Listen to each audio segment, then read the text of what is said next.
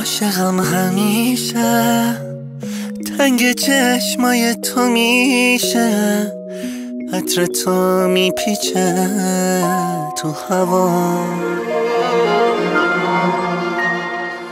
میشه با تو خاطر ساخت، میشه دل به عشق تو باخت، میشه واسط مرد به خدا.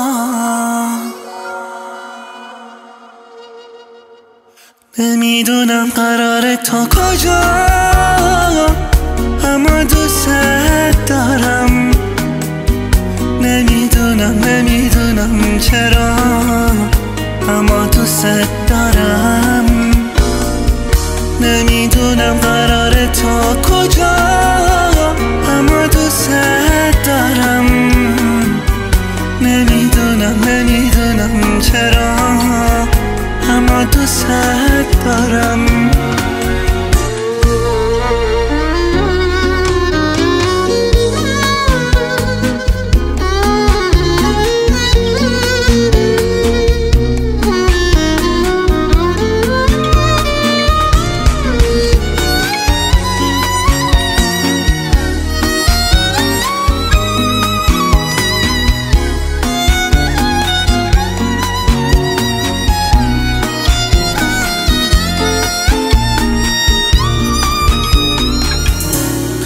تو مگه کسی میتونه ماه آسمون من باشه؟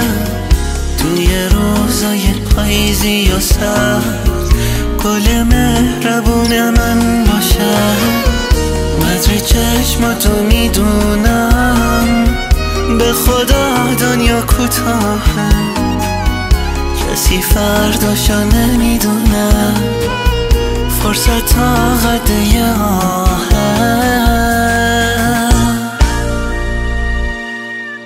نمیدونم قراره تا کجا،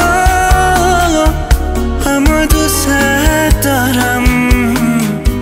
نمیدونم چرا، اما دوست دارم.